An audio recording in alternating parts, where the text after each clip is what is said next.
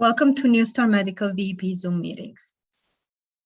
Today's topic is strategies to manage stress, eating, emotional, and binge eating. I want to start with reminding you of how important our mindset is when we're talking about lifestyle changes. Intentional thoughts are a powerful tool we all have in our reach. Thoughts set the stage and create our mindset. The thought model teaches us how to create intentional thoughts. This is a set of ideas or a framework that explains how you view reality, a template for solving life's problems and setting goals. The more empowered you feel by your eating choices and come up with a collection of thoughts that supports the eating choices we are making, the more sustainable this will be, and we can stay motivated and avoid feeling deprived. Stress is a reaction to the demands of life. It can be caused by negative events like losing your job, positive events like the birth of a child, or the inconvenience of daily living, having an argument with your loved ones, or getting stuck in traffic. Acute stress suppresses appetite. However, chronic stress stimulates our appetite. How we perceive and deal with stress will impact our weight loss efforts. Overeating is a common reaction to stress. Although it might take the stressful feeling temporarily away, the weight gain that results from overeating can cause more stress. Stress management starts with the awareness that this is a barrier in making healthy, sustainable lifestyle changes. If we do not acknowledge that this holds us back from implementing the changes needed to get us the desired results, we can get stuck in a vicious cycle. As I mentioned before, the thought model helps us create intentional thoughts that better serve us and helps us manage our stress. As a reminder, I presented a webinar on this topic, and you will have access to that recording during the time of your VEP membership. These are the 5 components of the thought model. Circumstances that can trigger thoughts, that will cause feelings, that drive our actions, which in turn create our results. Circumstances simply are. They are not inherently good or bad until we have thoughts about them. Circumstances are the only part of the thought model that is outside of our control. The rest of the components are under our control, and once we learn to navigate this model intentionally, this can be a powerful tool in our arsenal to manage stress. Thoughts are our personal interpretation of the circumstances and the source of our emotional pain. Whether we recognize it or not, many of our painful emotions come from painful stories we tell ourselves. The way we feel drives everything we do. It goes without saying that emotions are powerful. Actions are what we do or do not do because of how we feel. Our cumulative actions determine our results. Results are the impact created by the thoughts we think. The result is what you are currently experiencing in any specific situation. It is the present outcome and culmination of your thoughts, feelings, and emotions, and actions. I love this saying, the cause is hidden, the effect is visible to all. Results are day-to-day outcomes you create, whether big or small. They are the present, short-term outcome, according from whatever thoughts you are thinking or story you are telling at the moment. The result is generally an outward or external physical manifestation of your thought. If you do not like your current reality, you can change or challenge the thoughts that are causing you pain and subsequently an undesired result in that specific situation.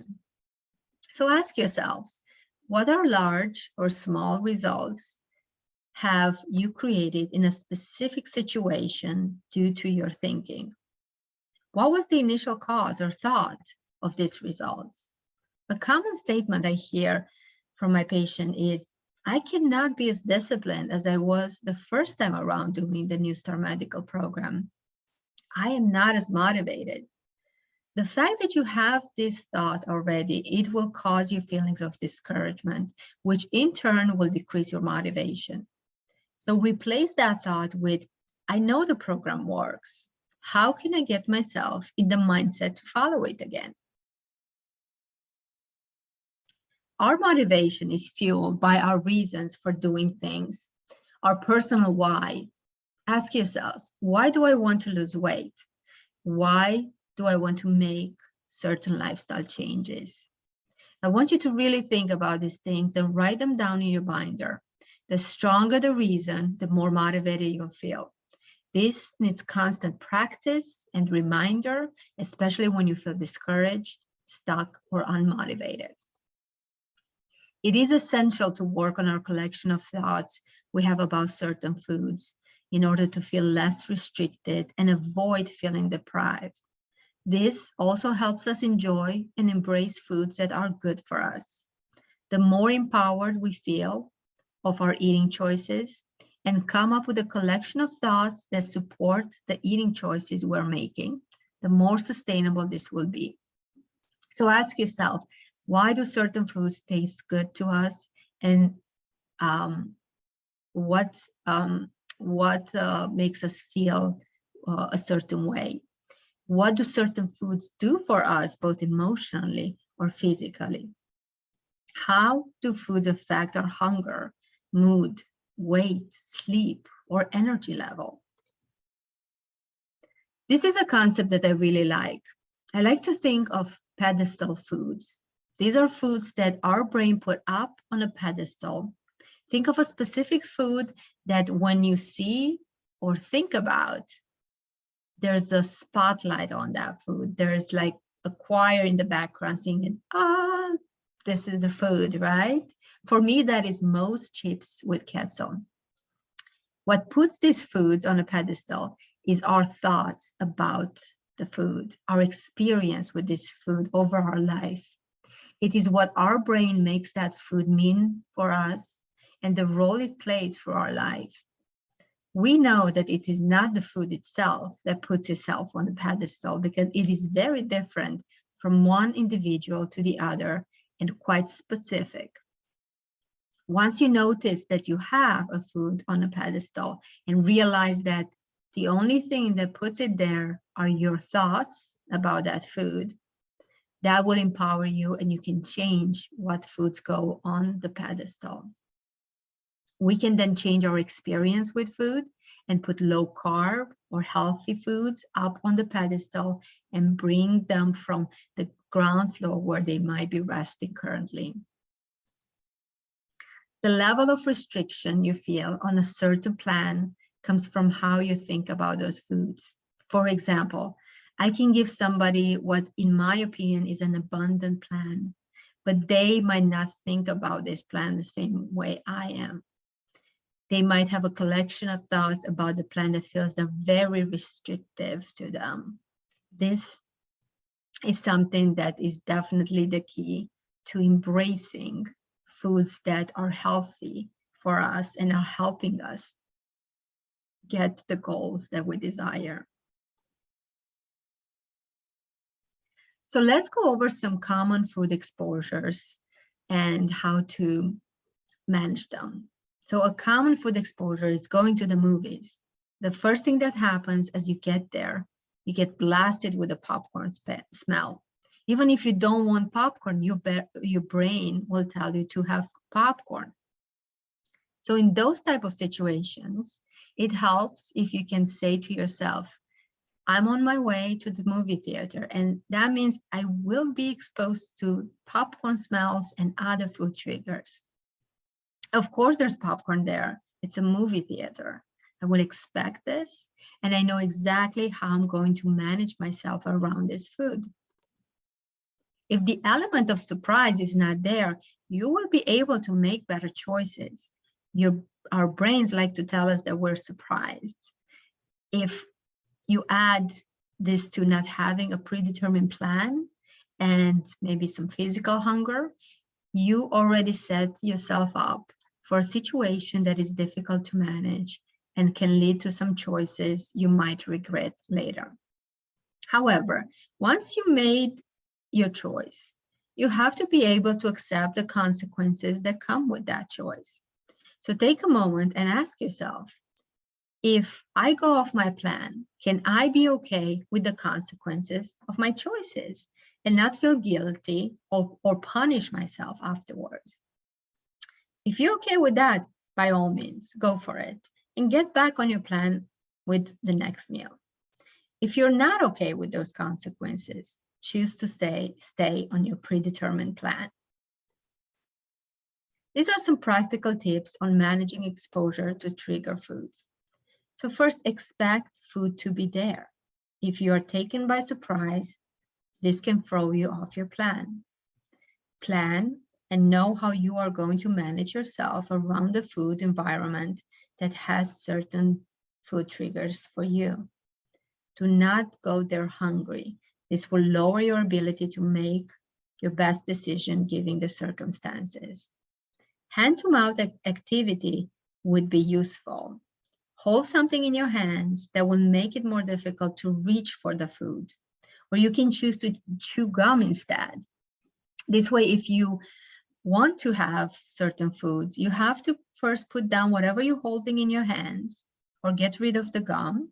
This helps create awareness of mindless habits and give you a chance to intervene with an intentional choice. This then takes us to smart comfort foods.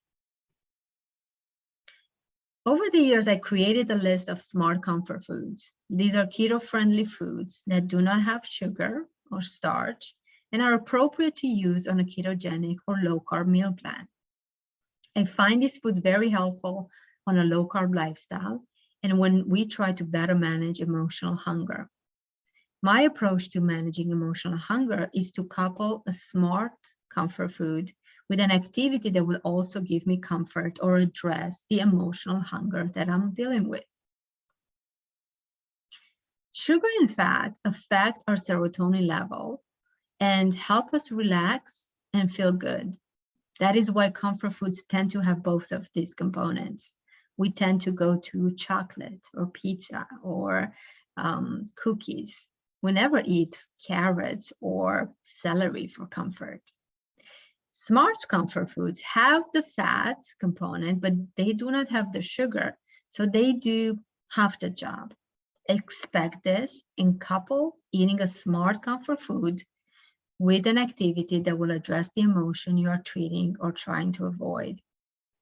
Be familiar with sugar substitutes and how they can affect your GI system. Look at the ingredients and favor the ones sweetened with natural sugar substitutes, such as stevia, monk fruit, chicory root fiber, and sugar alcohols. Avoid artificial sweeteners, which can make you crave more carbohydrates. Limit the use of maltitol, as this is a sugar alcohol with a high glycemic index that can affect your blood glucose and your weight. Most people can tolerate sugar alcohols in moderation. However, if you have IBS, tread cautiously, as these sugar substitutes can cause bloating and sometimes diarrhea if not used in moderation or even in small amounts. Here are some examples of the food that I have found or my patients share with me, and I consider them to be a smart comfort food. First, keto chocolate. There's a bunch of brands out there. Keto ice cream, like Halo Top or Rebel or Enlightened. Keto cheesecake. There's a recipe in the New Star Medical digital library. Keto-friendly cereal, Catalina Crunch cereal or High Key cereal. There's keto-friendly granola, keto-friendly treats, like Catalina Crunch sandwich cookies. These are like low-carb alternatives to the Oreo cookies. There's savory crunchy snacks like Catalina Crunch trail mix with nuts and seeds, Atkins nacho cheese or Hilo chips. These are almond-based chips, almond flour-based chips. So very useful to manage comfort or emotional eating. A good rule to have is to eat when you are physically hungry. But this is not that black and white, and sometimes it's hard to differentiate when we're physically hungry and when we're emotionally hungry, and sometimes we realize that after the fact. So this is where the smart comfort foods come into play. Try to first identify as best you can whether it's physical or emotional. If you're physically hungry, eat satisfying foods and practice reasonable portion control and macro balance. Check if you're getting enough protein, fiber, and water in your daily intake, as these things can make you feel more hungry if not eating enough of them. Check if you're eating too many carbohydrates, as this can also make you feel more hungry if they're over above your metabolic tolerance. And make sure you're not using artificial sweeteners, which can feed into the carb cravings. Then check your emotions. Are you stressed? Are you tired? Do you experience an uncomfortable feeling that you're trying to get out of by eating a food that makes you feel good? Or maybe it's just time for another meal or snack. Are you exercising more before you have, therefore you have more physical hunger? Binge eating, definitely a big topic. However, before I go into some tips on managing binge eating behaviors, I think it would be very helpful to review the binge restrict cycle. This can happen to all of us to some degree. However, for people that have binge eating disorder, this can be very difficult to manage. So what is binge eating cycle? When you have a binge or you overeat certain foods, you will then have a collection of thoughts that will automatically start pushing you into restrictive behavior like patterns. I overdid it. I shouldn't have eaten that. I'm out of control. This then leads to thoughts like, I have to skip a meal or be more careful. I cannot eat certain foods. Then you feel over restricted. You feel that you're not really able to enjoy the food that you're eating. And you start asking yourself, why can't I eat everything that everyone else has? And more negative thoughts continue to come in, plus the additional life stressors. This ultimately pushes you to the next binge, and the cycle repeats itself and feels very difficult to break. So if we follow a plan that feels restrictive, this can trigger more binge eating behaviors. What triggers the binge eating is not the meal plan itself. It is our thoughts about the meal plan. The place to intervene is on being extra careful side. So instead try thinking, I do not have to compensate for what I have already eaten. I can go back to the meal plan that works for me. I do not have to punish myself. All I have to do is make the next best decision. The level of restriction you feel on a certain plan comes from how you think about those foods. For example, I can give somebody what is, in my opinion, an abundant plan, but they might not think about this plan the same way. It is essential to work on this collection of thoughts we have about foods in order to feel less restricted and avoid feeling deprived. This also helps us enjoy and embrace foods that are good for us. I want to thank you for your time.